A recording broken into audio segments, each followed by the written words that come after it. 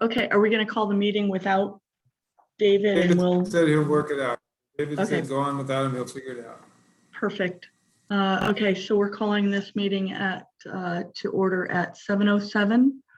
Welcome all. Scott, if you can please lead us in the pledge.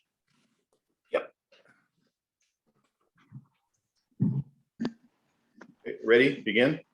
I pledge allegiance to the flag To the flag United of States, the United States of America, to the republic, And to the republic for which it stands, one nation, one nation, nation, under God, indivisible, indivisible, with liberty and liberty and justice for all.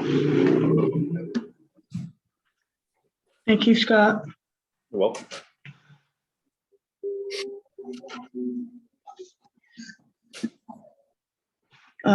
Okay, review of notes from the August 16th meeting. Does anybody have any questions, comments, or concerns on them?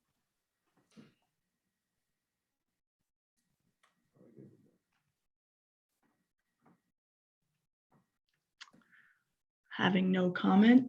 The mission statement, actually, if you all want to hold off on 4 and 5 and go to 6, since we have Sheriff Taylor and Captain Keelan. You bet. Welcome, Sheriff. How are you doing? I am good. How are you? Doing very well, thank you.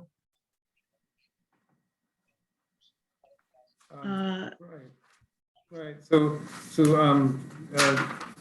Sheriff Taylor, we structured the agenda so that all the commissioners received the 3 safety contracts in advance and had a chance to review them. And we'll review them briefly. And we're going to have one member of our safety team talk about their contract and their services and their outlook, just to give us a little more detail than the written word.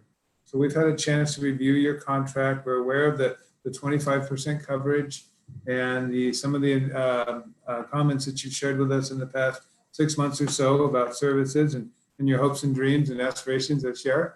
So I thank you for coming and thank you for inviting the captain to join us. Go ahead.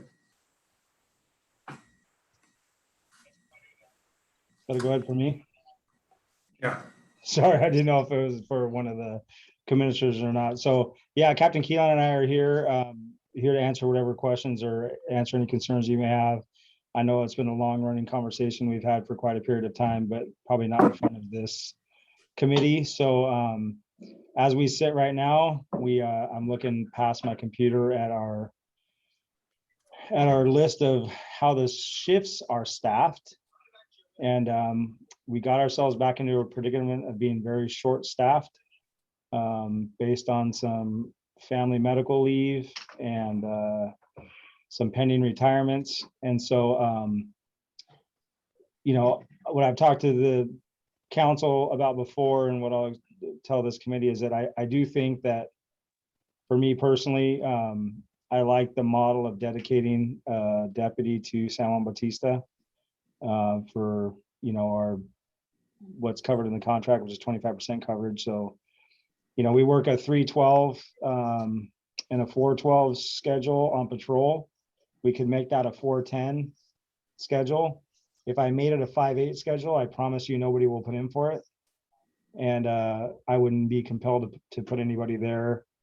But I think that the 12-hour day or the probably better, and Captain Keelan was here during the time that they had a dedicated deputy over there, but the 410 schedule I think would work. My predecessor was against that. Sheriff Thompson did not want to have a dedicated deputy sheriff over there. And some of that I understand stemmed from a past of when we had a dedicated deputy sheriff there. That deputy sheriff didn't have a lot of interaction on a daily basis with our office. They didn't come to roll call. They didn't go to department training. They had a take-home car. They just went to and from San Juan Bautista, operated autonomously. And then when that person wasn't there, so the most recent one I'll use is Rich Brown. When Rich was off work and something happened in San Juan Bautista, our deputy sheriffs got into the habit of saying, call Rich when he comes back, which is grossly inappropriate. If you walk out on a Friday morning and your car's broken into, it is unacceptable for a deputy sheriff to say, well, I'm not the San Juan guy, call when Rich gets back on Monday. And that was happening. And our staff wasn't held accountable for that. And I will tell you that one thing that's been a big difference so far with me and with Captain Keelan and with the people I have around me now is that we're beyond this, for lack of better terms, letting our staff get away with whatever they want. And we're bringing structure to the office and we're holding people accountable. So it's not that I'm not worried that that would happen. I'm just telling you that if that were to happen, it would be stopped immediately because it's inappropriate. It's just unfair for someone, because they have a dedicated deputy sheriff, to that other 75% of the time to have cops show up and say, I'm not going to help you because I'm not the San Juan guy. So we would continue the model that we kind of have now. We would dedicate those, was 168 hours a month, I think, right, Don? If memory serves me correct, with one person. The community would know who their deputy sheriff is. They'd be able to have probably a close relationship by identifying that one person. Know that our specialized assignments work on a 3-year rotation with a 4th year option if it's mutually beneficial. So there is a potential to have somebody there for 4 years. Definitely 3 years will give us some continuity. It's not a switch of a person every shift or every 6 months. The other thing with that is I'm starting what's called a responsibility area program.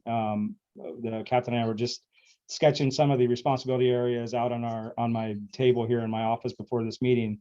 And what that's going to be is what it's going to look like is that I'm going to subdivide the entire county into smaller like sub beats, and every sworn person in our office, probably outside of the captains, but every sergeant and every deputy sheriff will have an area of the community that they're responsible for all the time. So if you lived in Aromas, you would know that your guy is Deputy Brown. And so you could go on our website, click on your address, Deputy Brown's information is going to pop up. So if there's ongoing issues with traffic, parking, graffiti, not things that are acute or happening right now, everybody in this county is going to have their single point of contact with our office.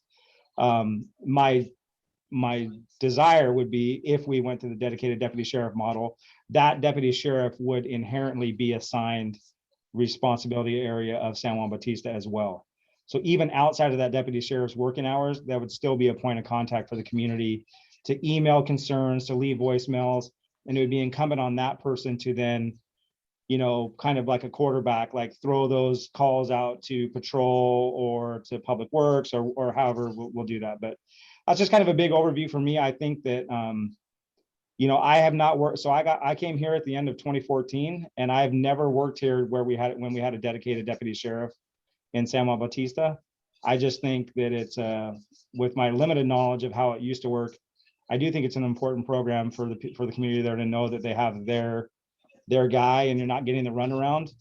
And that would not prevent us from still responding to calls and emergencies and problems outside of that 168 hours like we do currently. It just, you would have a dedicated person there at whatever schedule you decided. Say it's a 4-10 schedule and you wanted them, Sunday, Monday, Tuesday, Wednesday, or whatever. Or you wanted them Monday through Thursday, or however you wanted to mix those 4 days up. And then 10 hours a day. I mean, are we going to go, 12 to 10? Are you going to do, however you wanted those hours to be, but it would have to be some type of consistent schedule that they would be locked into. So if it is a 4-10, one model could be a Wednesday, Thursday, Friday, Saturday from noon to 10 at night, or from 2 o'clock in the afternoon till midnight, or however we want to do it. But that's kind of what I was thinking. So I don't know if you have any questions about that, or if that's even what you wanted me to talk about. That's perfect. Thank you very much. Questions, comments, concerns from the committee? How do you feel about a dedicated deputy? What roles, what hours and days do you think would work best? Let's start with Scott. No, thanks. I think it's a great idea. It's nice. It's going to be nice to see a dedicated deputy again. I remember when we had dedicated deputies. There was then you finally had a point of contact. scheduling wise, I'm sure that the sheriff probably has a better grasp at when we need somebody over here. I'm sure past records or past reports, or if there's any type of demographic on it, might show it. So I'm going to leave that up to your scheduler, Sheriff. I think that they'll know better than we will. But aside from that, thank you. Welcome aboard. It's good to see you. Thank you. I appreciate that very much. And, we can totally run some numbers and figure it out. I mean, just very off the top of, off the cuff, I would think that there's probably more of a need for a deputy sheriff there on a consistent basis during the day, into maybe the early evening, just because of one thing I'm thinking about is the traffic impact that we have during our shift change.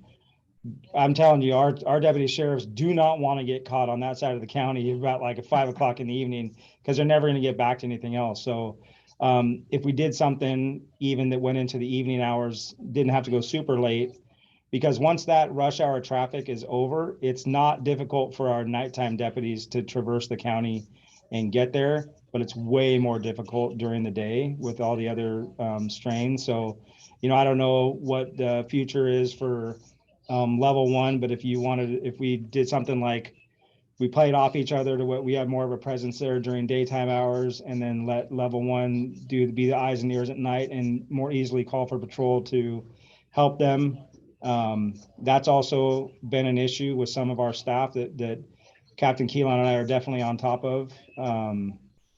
The mistreatment of level 1 staff by my staff is not going to be tolerated. And it had been tolerated in the past, I think, a little bit.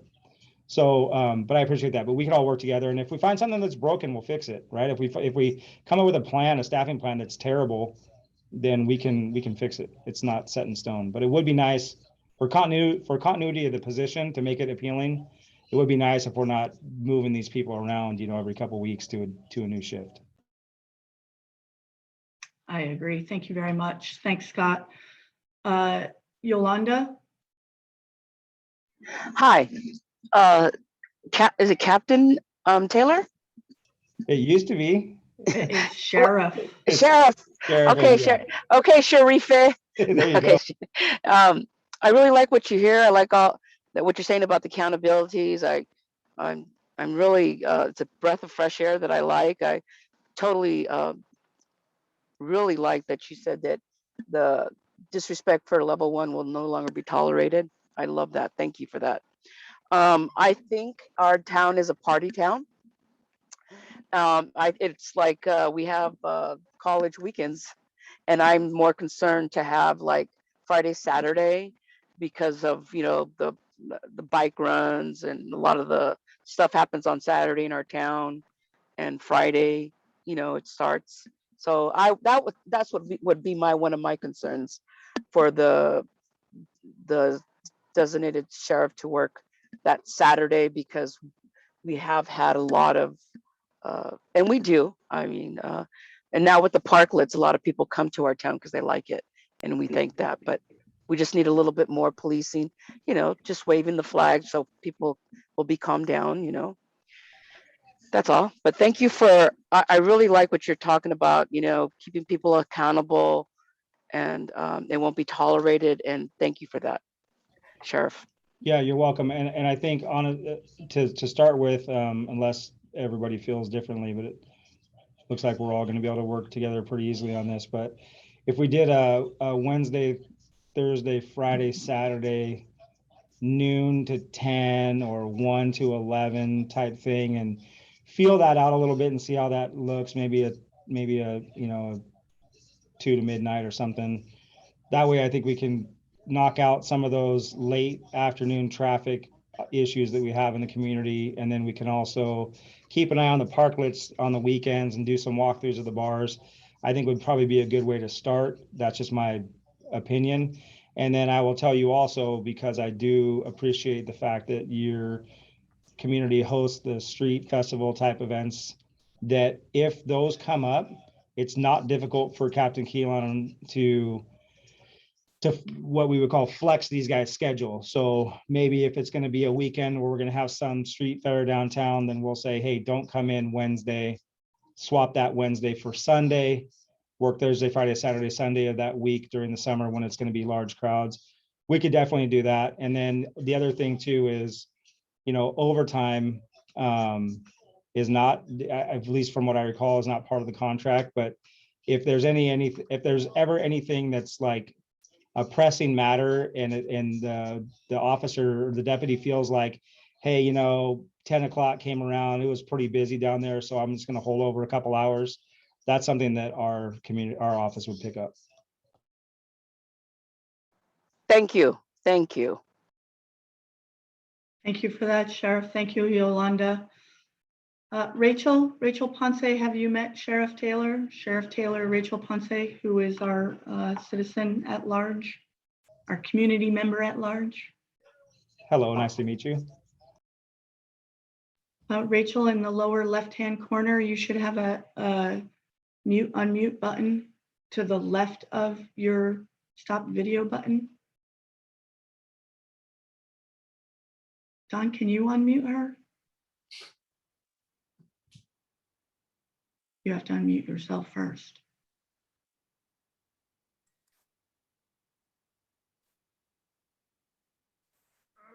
There you go. Thanks, Patty.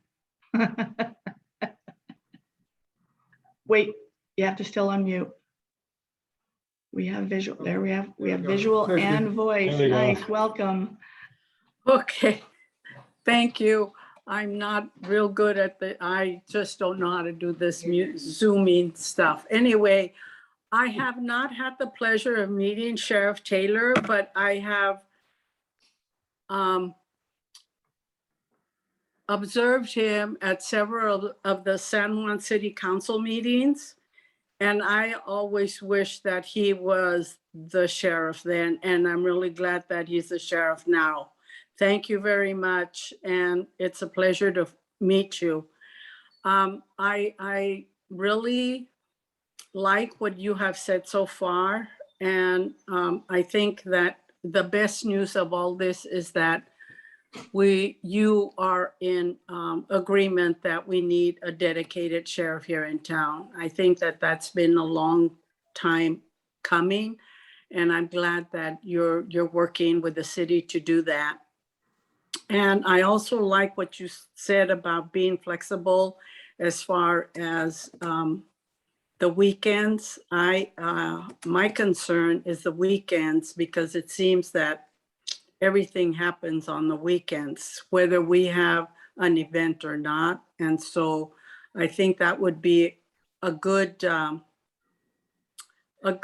scheduling to look at, kind of feel it out and see how it would work best. So again, thank you. And I really like what you had to say.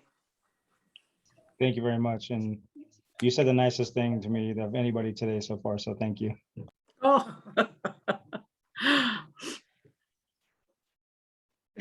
Thank you, Rachel.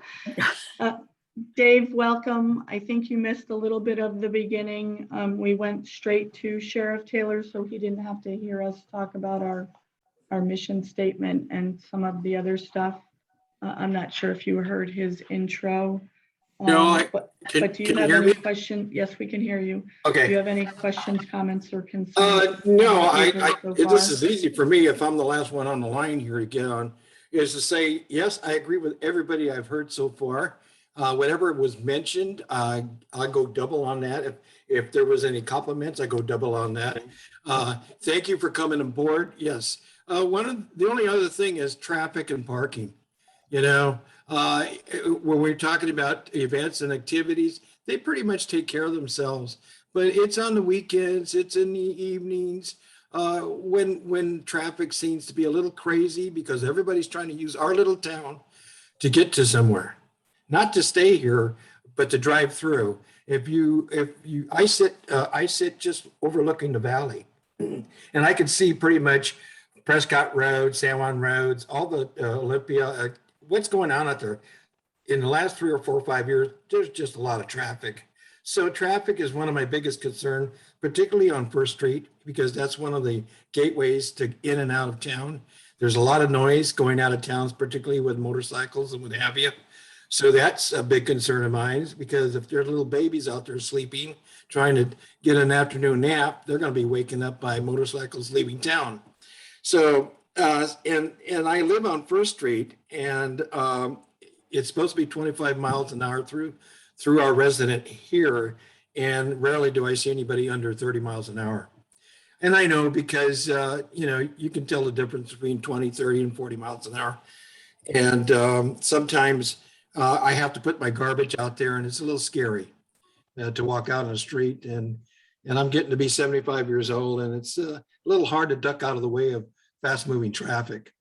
That being said, that's pretty much my concern. But yeah, if I'd like to see a schedule, I'd like to see where that's going to go with. And if there's anything I can do personally, let me know. Thank you for your time and being here. Appreciate it very much. Thank you very much for all that you said. And, it's funny. So Captain Keelan and I both come from a city policing background, and it boggles the mind sometimes to know that we all went to the same police academy. We've all been trained in the same laws, but for some reason, the culture of a deputy sheriff is that you are immune from traffic enforcement, and you're immune from taking crashes or doing drunk driving investigations. And that's something that we know it's not a difficult thing to do. It's just a culture thing. So as we expand in this community, I mean, even here on the Hollister side, we have these large developments going in, like Santana Ranch, the subdivisions on Southside Road. We're getting large apartment complexes. Our deputy sheriffs are going to have to learn one way or the other how to do more of a city style policing than they've ever done in this community before. And so I will pledge to you that I'll get them the training, I'll get them the tools to do their job. The deputy sheriff that we assigned to San Juan Bautista will definitely get some traffic accident investigation schools under their belt. We'll do some traffic enforcement type training for them, because it's just a culture thing that these guys just grew up thinking they didn't have to do that. That's what the CHP did.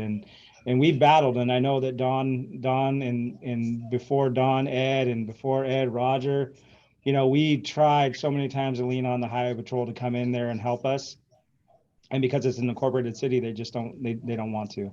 So we have a good partnership with them. I think our partnership with the highway patrol is way better than it was even a few years ago. They're going to get a new commander in there.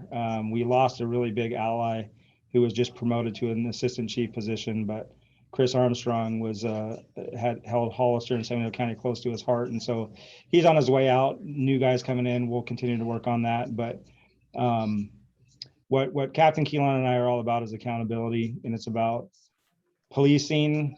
Sometimes if we have to police aggressive, that's okay, but we're going to police with dignity and respect, and we're going to make sure that there's a community component. And I'm actually adding a community services division to the office that we've never had before. So there's a lot of new things that hopefully we're going to bring to the table. One of them is to re-engage with San Juan Bautista, and I can promise you, for those of you on the committee, it was not for lack of effort from either the mayor, the city manager, or myself that we tried to get a dedicated deputy there, and it just wasn't going to fly with the prior administration. So hopefully we will bring that to you if that's the direction you want to go. Thank you. Thank you very much for that, David. Thanks, Captain, or Sheriff, sorry. Go ahead, Don, go ahead. You unmute yourself. There you go. Thank you. Thank you, Eric. You're always willing to join us. Couple questions. Does our contract need to be amended? It seems like an old contract that we've extended year after year. And I know our county administrative office, they pulled all contracts that I have in my office. So I think one of the ways, and what I'm learning, so I used to be a cop, and that was fun, and I'm not a cop anymore. So it's wild to be a department head. So one of the things that happens in between election years, and the next election is going to be in June, is that the county decides what new things they want to put into the purview of each office, elected office. So in between elections, they can never make the office do anything. So like animal control, for example, they came to Sheriff Thompson and said, hey, we'd really like you guys to look at animal control. He said, great, there's a lot of options out there for you and none of them are in my office. So we'll see you later.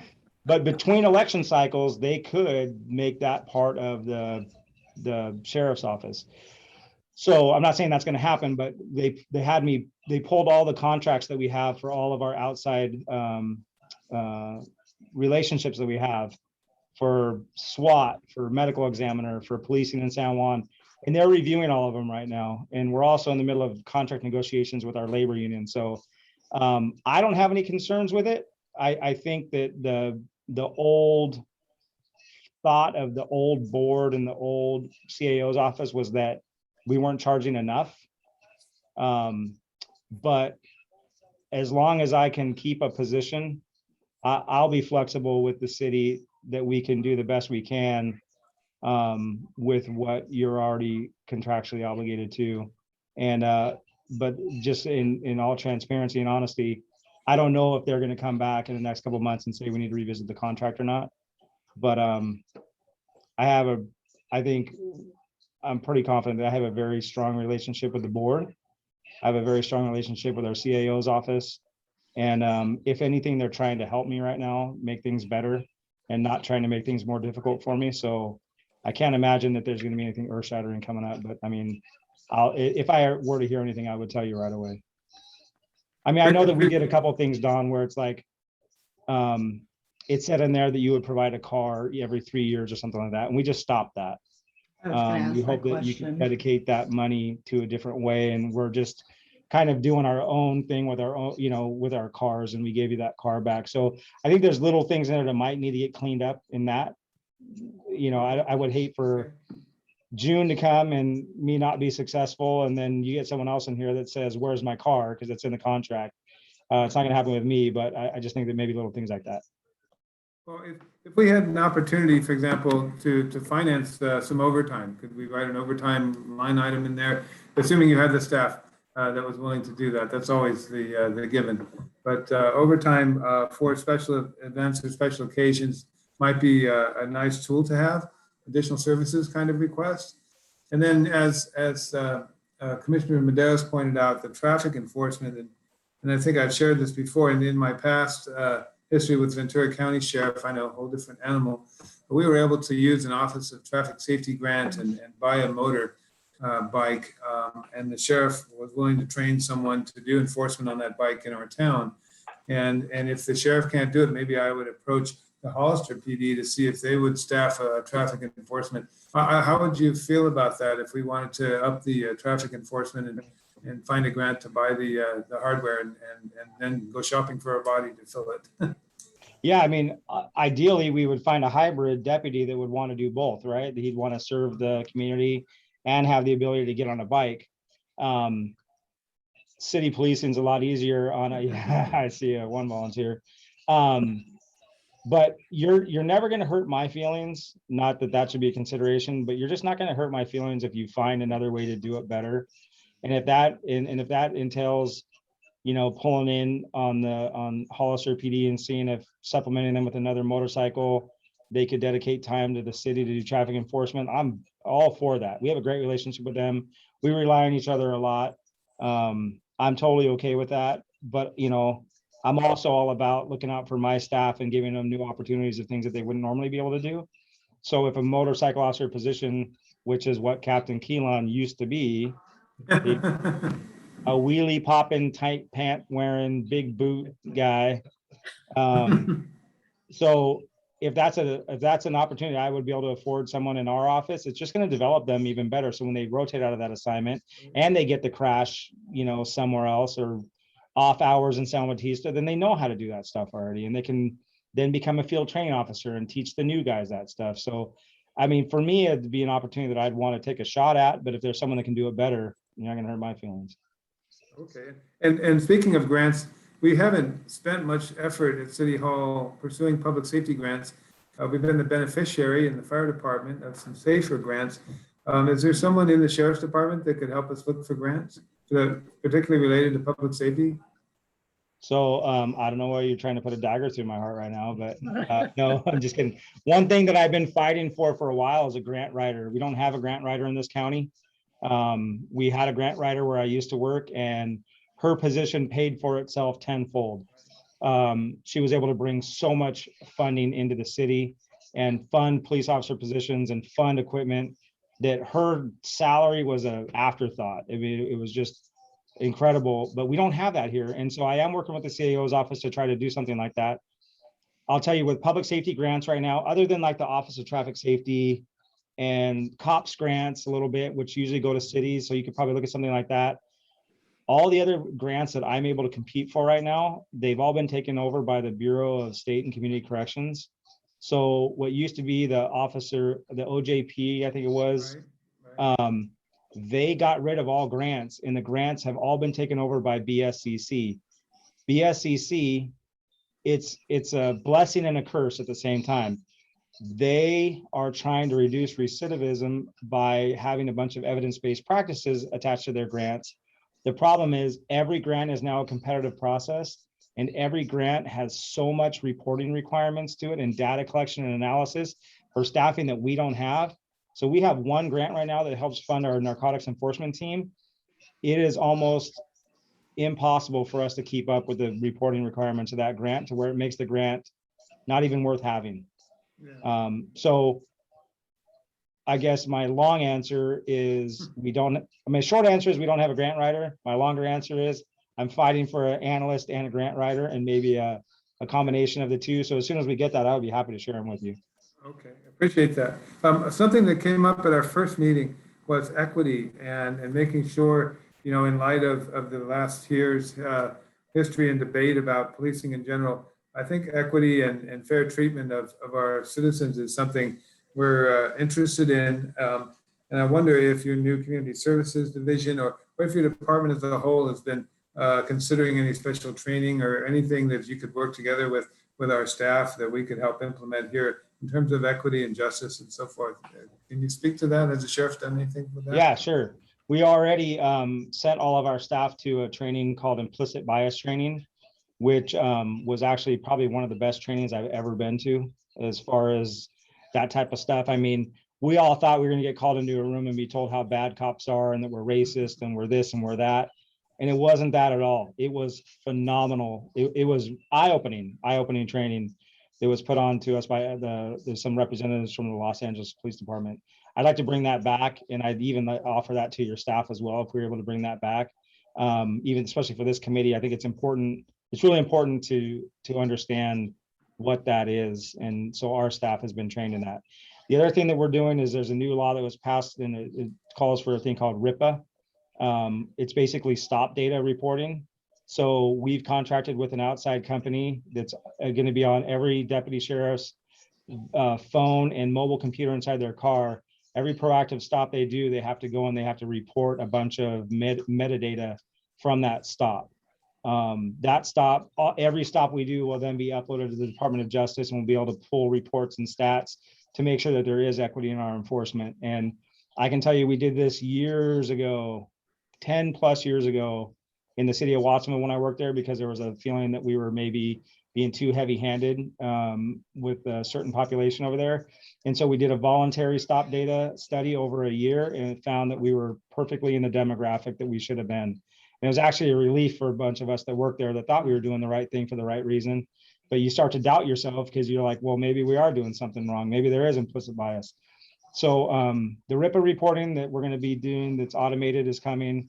The implicit bias training that we've done. And I've also volunteered myself when I was a captain, and I'm staying on it. But there's a cultural competency committee that's in the county now, run out of behavioral health. And I sit on that committee. We're going to be branching out to some staff training, but it's really nice for them to have someone from law enforcement on that committee, just because it brings a whole different dynamic. And if any of you know, if you don't know yet, you'll learn quickly. I'm an open book, man. I'll tell you anything. So I don't hold anything back. I tell you how it is. I love people. I love policing the community. I love treating people with dignity and respect. but I love putting people that I need, the people, there's very little evil in this world, but that evil needs to be held accountable for what they do. And everyone else just needs to be shown the way. So that's kind of the policing philosophy that we're going to use here. But that's just a couple of things that we've done so far, and I'm sure there's going to be more coming. Okay. Thanks, Mayor. Thanks for your time. Thank you. Thanks, Sheriff. I really like your perspective on all of that. And I believe you do have a really good perspective on that. Until we decide whether we're gonna do a dedicated deputy in town, the relationship between level 1 and your staff, they're observe and report. So they would continue to do that, even if we did go to a dedicated deputy when whomever our security company is on the off hours, we would still have that opportunity to observe and report at any hour of the day, correct? Correct. And I think what we need to do, being Captain Keelan and myself, is that we need to have some type of meeting or share this with our dispatch center. So we're dispatched by a regional dispatch center out of the city of Santa Cruz, which sits up in De La Vega Park. Yep. Really awesome people, work really hard. Couldn't tell you probably where anything is in our community because they've never been here. There's a couple of them that work here, and we deal with the same thing in Watsonville, right? So you'll be like, hey, I'm next to the old J.C. Penney, or you know, and they're like, they have no idea where that is. They don't know that it's now called Central Mall or whatever. And we've had guys here that says, hey, I'm out on San Benito Extension, and they don't know what that means. Or I'm on a traffic stop at Baylor Market, and they don't know what that means. So there's all these little, you know, these little things that we all refer to in our communities that the dispatch center regionalized out of another city, they don't get. The one thing that they probably don't get is the relationship that we have with level 1. And I'll take responsibility for that, is that when I was the operations captain, probably not making that clear enough to them. They're not, our public safety dispatchers are not used to getting routine calls from a security company that's policing a city. It just doesn't, it's just not a model that's used in Santa Cruz County. So I think that that's probably been some of the pushback from dispatch. I mean, I talked to JT there the other day, and he got yelled at for using the phone number that I gave him to call. I've asked a million times in this community, what's the non-emergency number for dispatch? And they say that it's our office number. Well, after hours, that number rolls over to dispatch, but during the normal hours, you get a records clerk.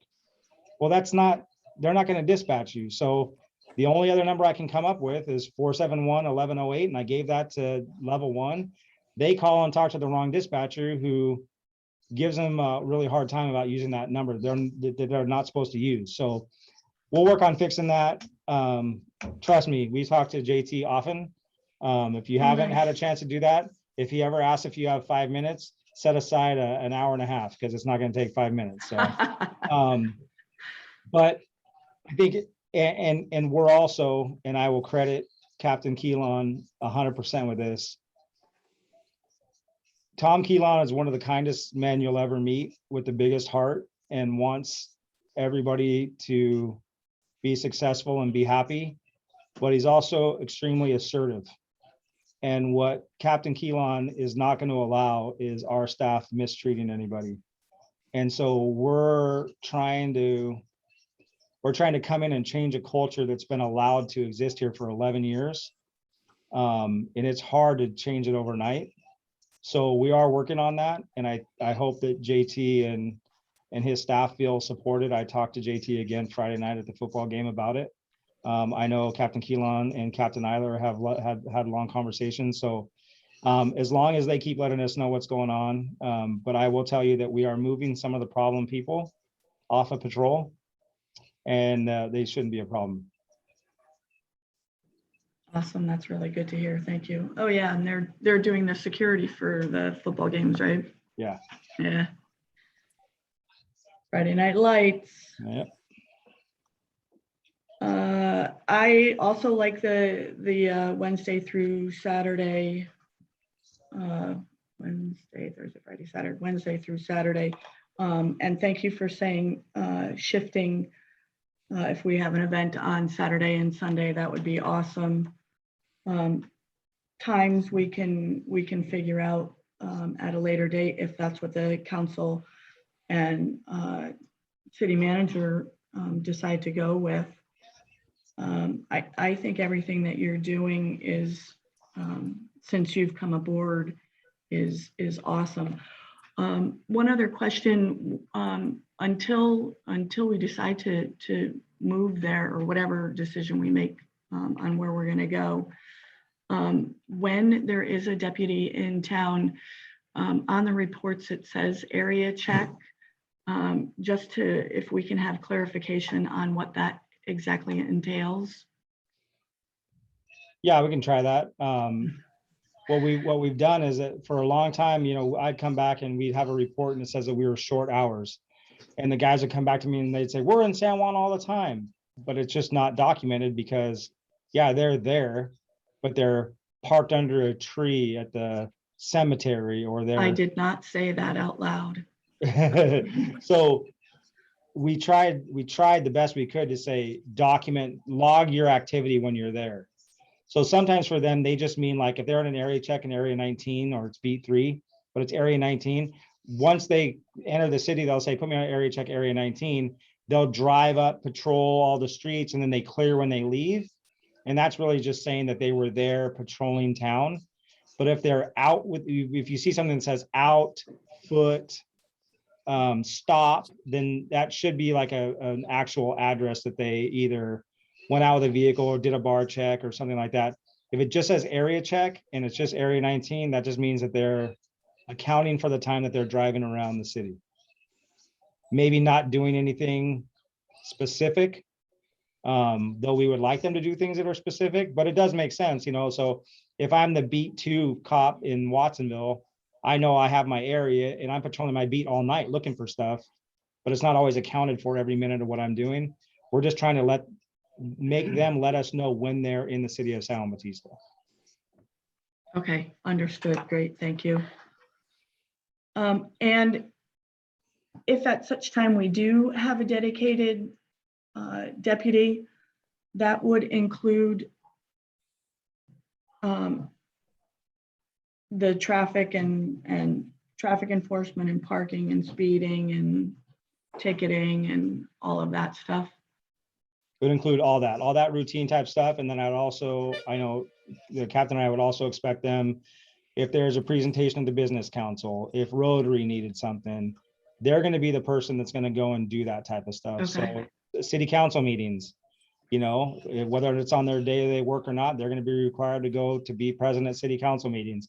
They would be present at these type of meetings, even if it's outside of their work hours. I'm going to compensate them for that, but they're going to have to, insert themselves into the city and take responsibility for the city of San Bautista. That's And awesome. all of our staff will do that as well outside of those hours, but they really Mhm. the one that's going to be the go-to person. And I'm sure during a council meeting, we could put them ahead of everybody else to get them back to doing whatever they were scheduled to do, because we are on a Tuesday.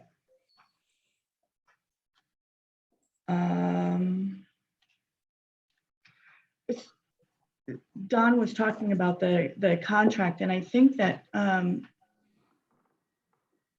if need be, the only thing that we would really need would be an amendment to it, calling out a dedicated deputy. It looks like everything else is stipulated, and except for adding a motorcycle for you. Yeah, I would think though, if you did want to put in that was definitely the wiggle room that was left to my predecessor to not dedicate somebody to that city. It's that it didn't say that I have to put someone there. It just says I have to Right. cover these hours. Right. I don't think that was the intent of the contract at the beginning. I don't think that was the intent of the program, but without that language in there, it was definitely manipulated to be that. So, yeah, So would you object to an amendment? no. Okay. We should initiate an amendment. If we initiated an amendment, Eric, then you can take that back to your folks and make it happen or try. Yeah, I can take it to the CAO's office and then they would have to take it because of the amount of the contract, they'd have to take it to the board. But we could do that. Just an amendment. It's not, trust me, our board of supervisors, if it doesn't have a direct reflection on the general fund, then they're not too worried about it.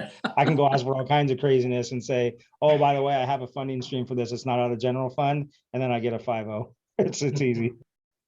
Well, it seems like we've been patient, and maybe we're not so patient anymore, and we want to do that sooner than later. Is that okay? Yeah.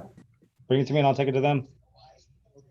That would get it pushed through. I mean, that would look better or help you and us get a designated deputy easier if it were an amendment, or could you just say, hey, go ahead and we'll do this? I can say, I'll just do it. I'm able to utilize my staff however I want. So Okay. if I want to dedicate a deputy sheriff there, I can do it without their approval. I don't need their approval for operational stuff like that. So I'm saying that at some point you may want to have that language in there in case I'm not here. While I'm here, I play well with others. So you want a deputy Nice. sheriff to be there, you'll have it. And one more thing, you talked about the staff implicit bias training. Would you be able to do that for our private security or our code enforcement or whomever else we have as a watching out for our city? Yeah, I want to say that funding was probably like a grant funded or a state funded training because we didn't pay for our deputies to go to it. It was at the Vets Hall. So Okay. if I can get the info from the people and so if we can bring them back and we can maybe even host one and then we could just invite staff because honestly, it was one of those trainings where the more people, the better because it's kind of interactive. So let me reach out to them and see what we can do. Bring it. I want to bring it back anyway because we have a lot of new employees since then. I have new employees in the jail, in operations, and then I know the PD has new people. So if we can bring it back again, we can invite everybody. Yeah. Okay, cool.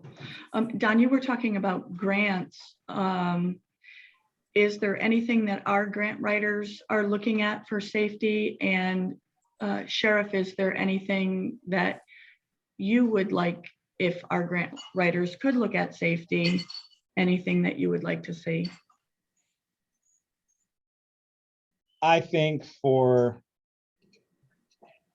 San Bautista, it would be important to try to stand up some type of neighborhood watch program again, especially with your two larger subdivisions that are in there now. Neighborhood watch is definitely something that's lacking here. One thing that worked really well at Watsonville is that we actually ended up standing up a neighborhood services division of the city. And so neighborhood services really handled like a lot of the neighborhood watch. They resolved a lot of disputes between neighbors, the property stuff.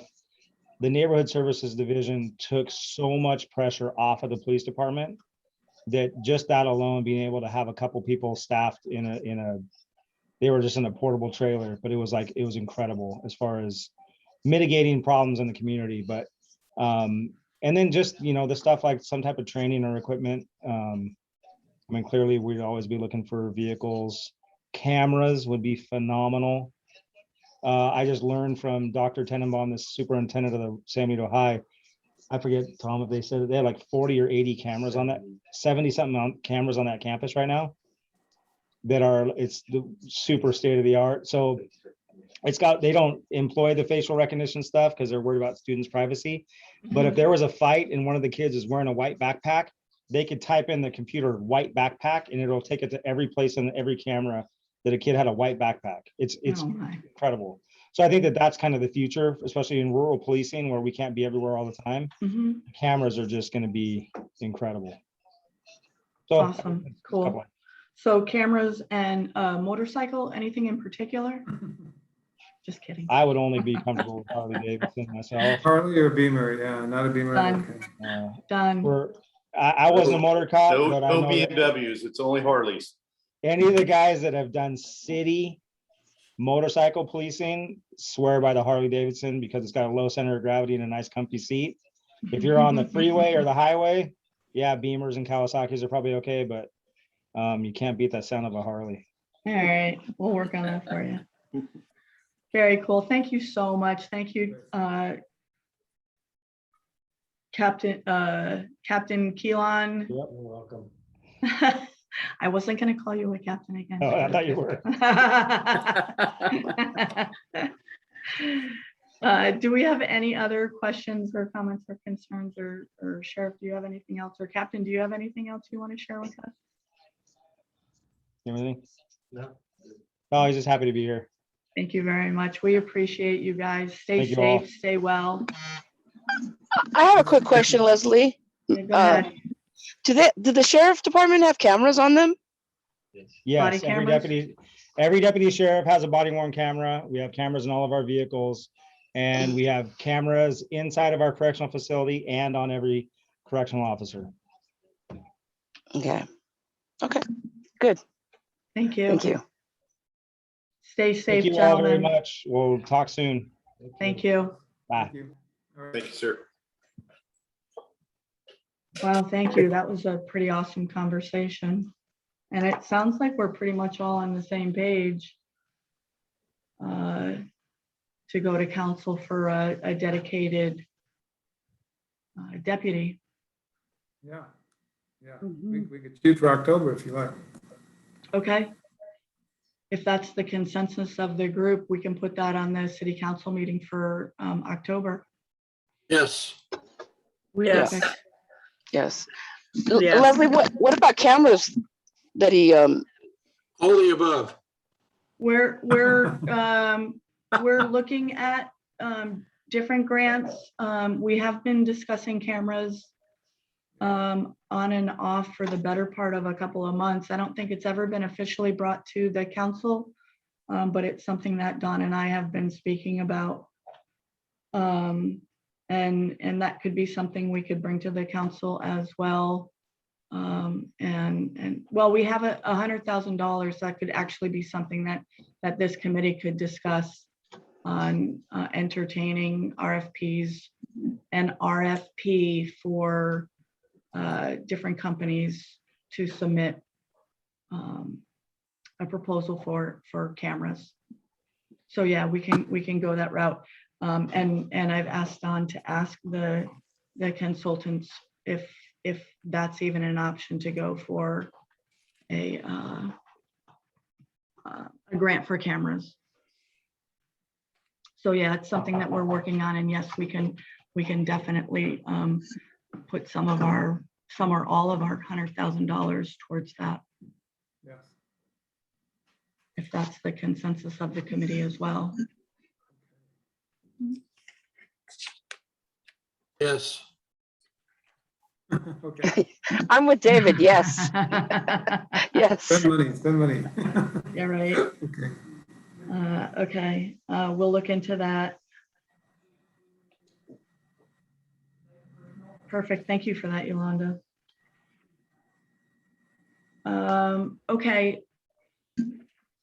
Where's my agenda? You want to get to the mission statement so we can roll this out? We have 0 minutes left. We'll do the mission statement and then go over the other contracts.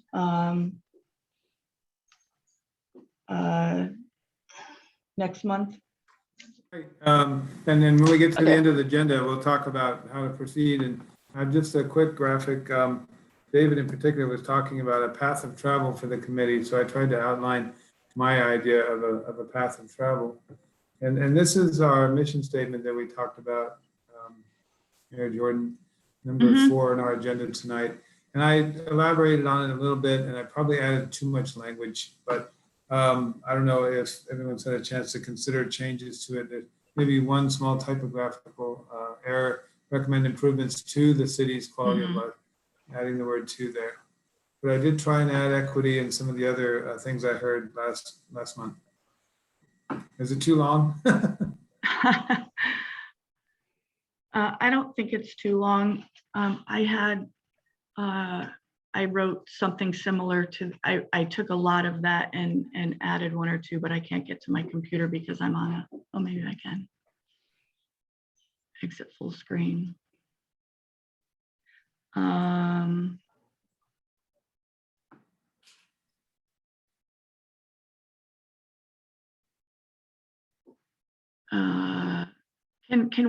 Can we share screens as well?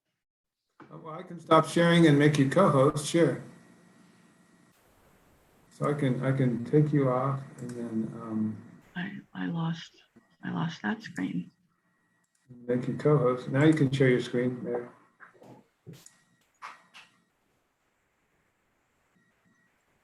Sorry, I have a whole bunch of stuff open and now I can't find it. I thought our target was 90 minutes, so.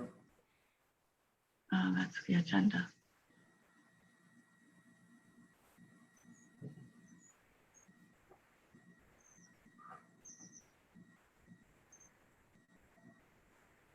See if I can try this again. Oh, there we go. It starts out the same way. The mission of the Public Safety Ad Hoc Committee is to recommend the City Council of the City of San Juan Bautista actions to the council to take, that might be wrong, apply equitable, community-based public safety philosophies and best practices, enhance the safety, security, and quality of life of the residents, encourage citizen engagement and involvement, and respect and value diversity throughout the community.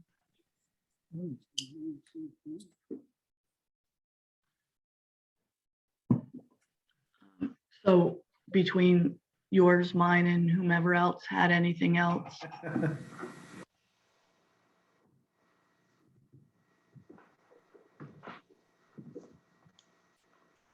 I don't know if we can put them side by side or. No, we can't really. I don't know how to do two. So, but this, I mean, yours is easier to understand, at least the way you spelled it out with bullets, in my opinion.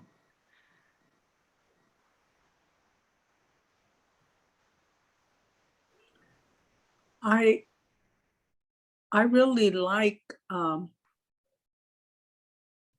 this this one that's on the screen right now.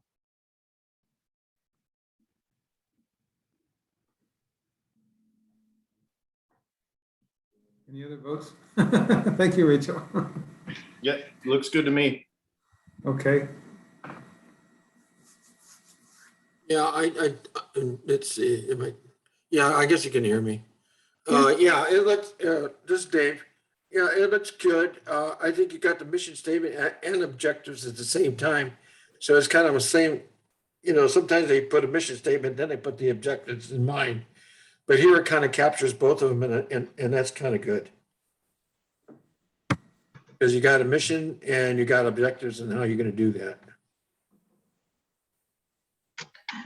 I'm not home, so I can't bring mine up, but I wrote something about coexisting with the, our community and the police, but I don't have it on me. I am picking up the boys now. Hey, boys. I think it's covered in their encourage citizen engagement and involvement. In a nutshell. Okay, I agree with the nutshell. I didn't say that. Wait, Okay, I took a photo of it, so I'll just make sure that it's on every agenda from here out. Thank you. All right, next. okay, hang on. Next is going over contract services. If you want to put the other two contracts off until Yeah, for the next most week. part. That- The city staff role and responsibilities during the state of emergency and not during the state of emergency. Yeah. Thank you. Yeah, no, we can go into that detail later. I did want to talk briefly about the path of travel, if that's okay. Number Yeah, and the other thing too, as I was thinking about mandates, state mandates, are we looking really close to all these state mandates we seem to be getting through the pipeline when it comes to small communities? Where the money's coming from? You know, we're talking about grants and things like that. What about these mandates that they throw at us? And they're always telling us, well, if we're going to do this, according to what the state wants, there's some money behind that. What is that money? Maybe we can use that money for our efforts here as well, when it comes to safety. Right, and that's the benefit of hiring the California Consulting Group, because that's how they make a living. They get paid for finding grants. And so my question to Eric was, I don't know that the city has ever directly looked for safety grants, and are there safety grants we could be looking for? Obviously, as I sit through a larger city's council meeting, they're often bringing public safety grants forward. So I know we're missing opportunities. So I'm glad that we did hire California Consulting to help us keep an eye on this new area of focus. And oftentimes the mandates come without grant funding. They're unpaid mandates. But we seem to be facing more mandates in the housing and water and that side of the picture, and not as much in public safety. I'm not aware anyway of a lot of mandates coming down from the governor's office, the way housing and some other issues have. So at least on a state level, it's not that big of a focus right now. In terms of path of travel, this was kind of my vision heading towards the budget in May 2022, that we could come to some common understandings by having conversations like we did with Eric, and then do an assessment and say, are we satisfied? Do we want to strengthen the level of services or not? Maybe a little bit of a SWOT exercise for at least part of the meeting, and then finding out what the real important issues are and creating some priorities. And then those priorities, I'm sorry, I have all of your faces in front of the next block. I can't see it. We would come up with short-term and long-term priorities. So, and we'd have a CIP budget, which is a 5-year picture of the bigger priorities. And then we fill in these blanks here as we come up. So cameras will fit in one of these blocks. Immediate term could be right now, get that request October to the city council and do an RFP for cameras. And if we can't afford it, plug that into short term so we can try and pay for that next year by combining funds. So anyway, this was just kind of my picture of where we would head, and we'd be plugging in these priorities when we get towards the end of our rope here in about 6 or 7 months. So that's kind of the way. I hope is that what you intended to see, something of this nature, David? That's very nice. Yeah. Mm-hmm. Yeah. Pretty neat stuff. Fill in the blanks would be great. Mm-hmm. Yeah, and in this way, except for the typo down here, which I thought I fixed, we can make adjustments if we want to hurry up and meet twice a month before the budget is considered, and those types of things we can make adjustments. But let's just know that we have an end in sight and a goal to work towards, and that'll fulfill that mission statement. So, okay. That was just kind of a discussion item, if there's any changes there. And it's the first you've seen it, so let me know if you have any thoughts on this. Yeah, no, I like that a lot. Will you? Go ahead, Rachel. Oh, thanks. Would you be able to email this to us? So I'd like to have a copy of it. And yes, I will. I'll email the whole presentation to you, and this is one slide in the presentation. okay, great. Thanks. Thank you. Okay. And then, I think we've had a chance to read through these agreements, and I wondered if the committee members had any specific comments. So these are the summaries, just a real brief summary, but I know that it is a lot of reading to plow through these 3 agreements and try to understand it all. We are constantly having to double check private security with our risk management folks. They would like to carry pepper spray and some other things, and our liability insurance carrier gets really nervous about these things. So I do have an inquiry now, and I've scheduled a conversation tomorrow with our risk management folks. Level 1 asked me to do that, double check on some things. So I'm doing that, and we're talking about expanding our private security contract to include parking enforcement, because that would be a big help. There's a lot of requests from the downtown merchants and others for better enforcement, and that's a major part of the parking district. So we need to have that tool in our pocket. So there are some ways of enhancing, especially that contract. The firefighters, I'll be honest with you, the thing I'm worried about with the firefighters is that we have a heck of a deal. And it's because of that SAFER grant that we have that pays for that third firefighter, or probably a battalion chief even. Scott probably knows better than I do.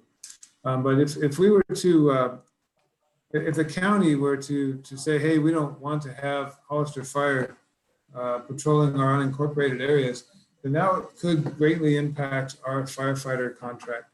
So we're keeping an eye on that and keeping in touch with the CAO and just making sure that they're comfortable.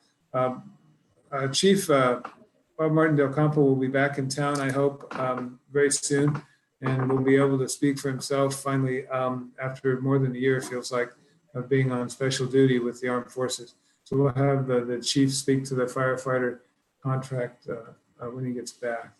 Don, have you spoken to either the acting chief or the chief on how they felt about the contract? I know that the city has been reviewing it, but are they fine with staying with us? Do they have outwardly spoken about any concerns? Originally, I'll say 2 months ago, I heard that the county was concerned. And then last month, we had the Hollister City Council saying it was going to review all of its big contracts. And then they were going to have a special committee meeting with the chief. And I remember the day of that council meeting because it was very disturbing to me heading into our last city council meeting there. So I need to double back with Charlie on that, our acting fire chief, and see where they are as far as the city's contract with Hollister. It has a couple years left in it. It's a pretty new contract. So well, and doesn't it behoove them with the whole strategically located throughout the county for shared services? Does it not behoove them to keep a house in San Juan? yeah, so I don't think there's any complaint from the department itself. I think it was mostly the elected officials, and hopefully the fire department will get them up to speed on the benefits, because the mutual benefit agreements that we have with the various districts, as far as Gilroy and CAL FIRE, that's an awesome advantage we have because we're serving the whole region and not just our city from this little station. So, and that's why they pay rent, because Right. they're paying rent to serve Aromas and the canyon and then other parts of our unincorporated community. Well, they don't serve Aromas, so Aromas has its own fire department. Oh, sorry, thank you. But they do store their equipment in our barn. So yeah, I'm all for them paying rent for our building. That became an issue. Yeah, in their contract, it also says putting our name on the truck again.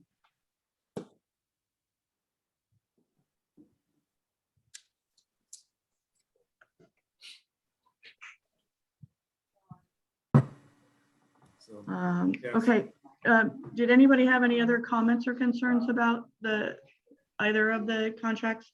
I did forget to ask the sheriff if they are in the substation or whatever you want to call it at the windmill. I meant to ask him that too. Yeah, I forgot to ask him, and it was in Let my me send him a notes. text. Okay, Don, real quick, could level 1 up their insurance so that they can carry a firearm, or do we also have to up our insurance? Is that already been looked into? I'm not sure specifically about firearms, but even more conservative, just pepper spray. They didn't want them to have pepper spray on them. So if they don't want them to have pepper spray on them, then we run the risk of losing our insurance if we decide to have armed private security. So that's what I'm revisiting. I started last Friday, and I'll pick up a meeting tomorrow morning to talk about how far we can go and what that would look like. But could a level one up their insurance so that our insurance carrier could feel kind of okay? I'm just saying another, like, or they don't want to. I think it's kind of a hard no, actually. Our insurance carrier has more of a hard no in that regard. The contract calls for pepper spray as being the only personal protective equipment that they may include. So do they not? So they can carry pepper spray, but not firearms, blades of any kind, batons, tasers, or other weapons. Okay, I had it backwards. Thank you.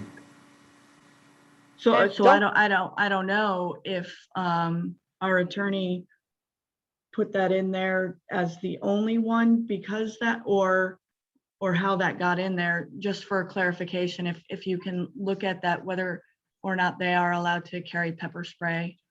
Yeah, I will. Okay. That's why I initiated the discussion. Okay. Also, we were supposed to, I just skimmed over it, but we were supposed to give them somewhere to, like be a central location and write the reports. Yeah, that's. Sorry, Yolanda. I didn't mean to cut you off. Oh, Don couldn't hear you on that one. Oh, I'm sorry. Yeah, that's probably going to be City Hall. So yeah, no, I'm sorry. I'm just going through some spotty locations. I'm coming from Watsonville, but yeah, but I just barely skimmed over theirs, and it said that they can write traffic tickets and have somewhere they can write the reports and have a central office or something to that effect. Are we going to provide them with that? Yeah, we had a few options that fell through. In fact, I thought maybe they could partner with the sheriff at the windmill. So I'm looking at letting them into City Hall and seeing how we can do that and provide that convenience for them. It worked well over 4th of July. So in our next meetings or upcoming meetings, are we going to have a general roundtable as we did with Sheriff today with the fire departments and the security? Or is this something that's not going to come forward before this committee? No, in fact, that was my whole idea to continue to work on the common understandings and the assessment and invite fire department and private security to this same meeting Right. on October 18th. We can jump right to that if you'd like. Yeah, no, I think that's a great idea. And starting out with the sheriff was awesome. It was really nice to see him and what his philosophies are. Great, wonderful. And that will give everybody a moment to go through the rest of the contracts. And I really hope you all are reading the contracts to know what we're requesting of those who are protecting us in every way that they can protect us. Yeah, it's nice to go through all that, but it's also nice to see the people that are doing this and ask them questions that may come out. Right, absolutely. About what we're reading, you know what I'm saying? Yeah, and I absolutely agree. Yeah, so this is great. Good, I'm glad, thank you. So yeah, I'll go next to the fire department if that's okay. That's perfect. That's good. And Don, I like that you would think about hiring Hollister for police for like overtime or extra hours and putting them on a motorcycle. I really like that for traffic. Yeah, I've gotten to know the chief pretty well through this crisis, and he's always there. You don't know this, but when we have animal cruelty and the like, he's always there to provide a haven for an animal who's been abused, what have you. So hopefully that will grow into a contract for animal services as well. So yeah, that's another thing we need to look at. Yeah, and I would like to think that not only just traffic control, but also traffic management, because there's everybody and everywhere is trying to find a better way to get home. And how can we better do that?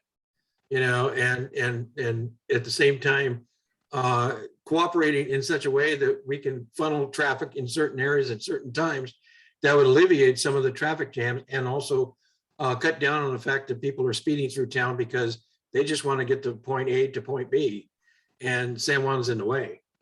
And so is Lester. So how do we manage that too? Not only control it, but how do we manage it? Make it Right. better for everybody. Yeah, absolutely. And the sheriff was amenable to that. He said that part of their duties will be traffic enforcement, and I forget who was speaking one, it might have been when you were talking, David. But he was all for traffic and parking and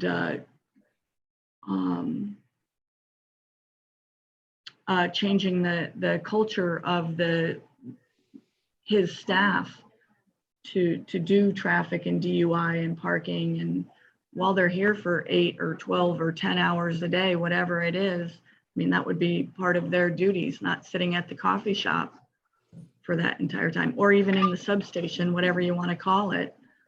That's what their job would be. Yeah, and through our development, as we continue to grow, you know, go back to the sheriff and say, hey, you know, you've been at it for a few years. What do we need to, how better do we need to put our streets in, and how do we need to funnel our traffic going through from one end to the other end and going from community to community? So, yeah, I mean, there's an avenue here where, you know, it's not giving out tickets. It's also finding ways to help people get from one point to the next. Absolutely. And Don's worksheet that you just showed us, that would be a perfect venue for doing that. Exactly. To keep these conversations rolling. Okay. The 2 worksheets for you. And you know, that's a really great point, David. Tomorrow, the council will get an update on the hazard mitigation plan that's being drafted by the County Office of Emergency Services.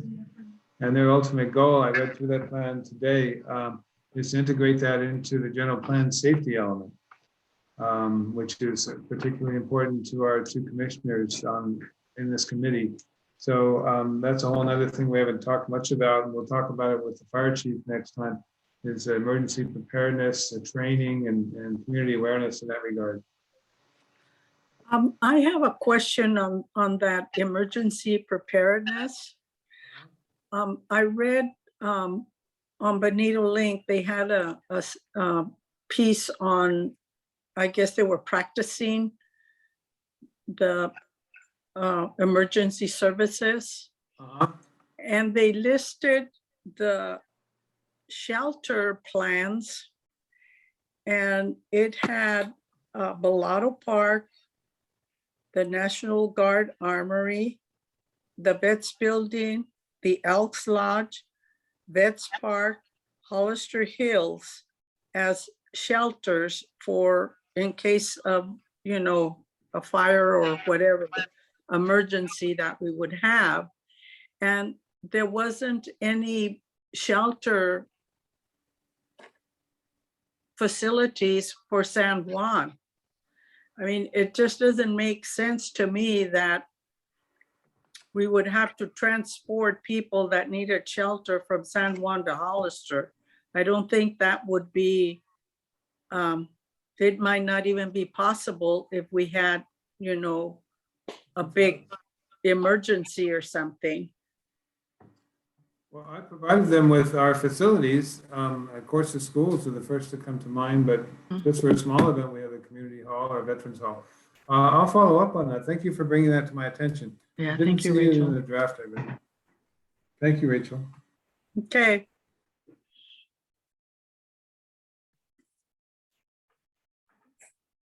Very good. Anything else for the good of the meeting? Or shall we call it one and reconvene October 18th?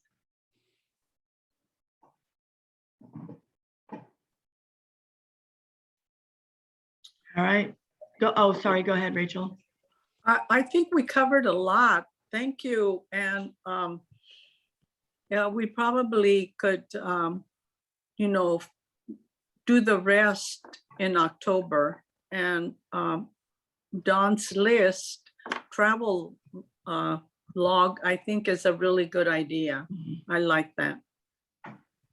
Okay, I'll get that out in a workable spreadsheet for you tomorrow. Okay. Awesome. Thank you all very much. Have a great rest of the week. See some of you tomorrow night. Do we have to adjourn the meeting or we're just take off? Who's hungry? I'm just taking off. I'm taking off. I just want to land.